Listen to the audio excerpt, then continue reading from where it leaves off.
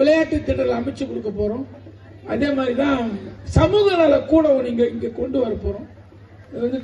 சின்ன சின்ன நிகழ்ச்சிகள்லாம் நிறைய வாடகை கொடுத்து வேற ஏழை மக்கள்லாம் கஷ்டப்படுவாங்க.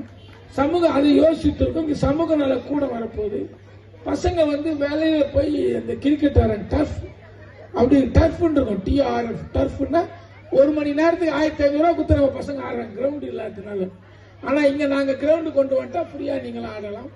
நிறைய பணிகள் இங்க காத்து கொண்டு இருக்கிறது, செய்ய போகிறோம்.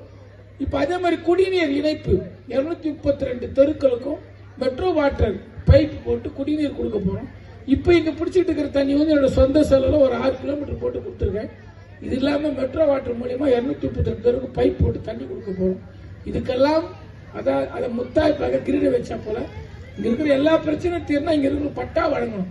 அது எதிர்காலம் திராவிட முன்னேற்ற கழக ஆட்சி மீண்டும் வந்தால் அனைவருக்கும் பட்டா வழங்குறதுக்கான முயற்சிகள் நான் இப்ப செஞ்சுக்கிட்டு இருக்கேன். அது முடிஞ்சிடும். பட்டா வந்துடும், எல்லாமே வந்துடும், உங்களுக்கு அப்ரூவல் வந்துடும், எல்லாமே வந்துடும். அதே மாதிரி இந்த இடத்துல இருக்கிற விலைலாம் நிலத்தோட விலை ஏறிடும். உங்க பசங்களுக்கு இப்ப இருக்கிற சொத்தை நீங்க சொத்தா கொடுத்துட்டு போனோம்னா இது பட்டா வரணும். அந்த பணி நடைபெற வேண்டுமானால் எதிர்காலத்தில் நம்முடைய மாண்புமிகு தமிழக முதல்வர் அவருடைய ஆட்சிக்கு மீண்டும் நீங்கள் வலு சேர்க்கும் வகையில் அனைவரும்